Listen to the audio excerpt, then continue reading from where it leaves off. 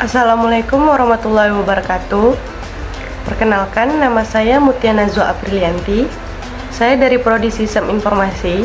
Dalam video ini, saya akan membawakan biografi singkat seorang ilmuwan muslim legendaris, yaitu Ibnu Sina, atau dikenal juga dengan nama Avicenna di dunia barat. Mari kita pelajari lebih lanjut tentang siapa beliau dan kontribusinya terhadap ilmu pengetahuan dunia. Ibnu Sina lahir pada tahun 1800 Masehi di Afshana, sebuah desa kecil di dekat Bukhara yang kini berada di wilayah Uzbekistan. Nama lengkapnya adalah Abu Ali Al-Husain Ibnu Abdullah Ibnu Sina.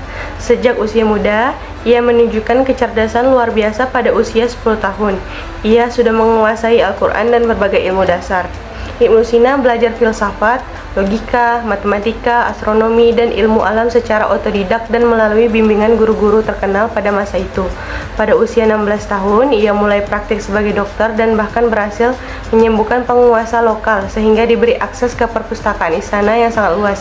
Ibnu Sina wafat pada tahun 1037 Masehi di Hamadan, Persia dalam usia 57 tahun.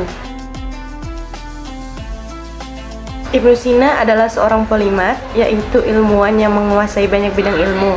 Ia menggeluti kedokteran, filsafat, matematika, fisika, astronomi, kimia, dan bahkan musik. Dalam bidang filsafat, Ibnu Sina banyak mengembangkan ajaran Aristoteles dan Plato yang kemudian disesuaikan dengan ajaran Islam. Ia dikenal sebagai penghubung antara filsafat Yunani dan pemikiran Islam, serta menjadi rujukan penting bagi para filsuf barat termasuk Thomas Aquinas. Dalam kedokteran, ia menerapkan pendekatan ilmiah yang sistematis termasuk observasi klinis, diagnosis, dan terapi. Karya terbesar Ibnu Sina dalam bidang kedokteran adalah buku berjudul Al-Qanun fi Al-Tibb atau The Canon of Medicine.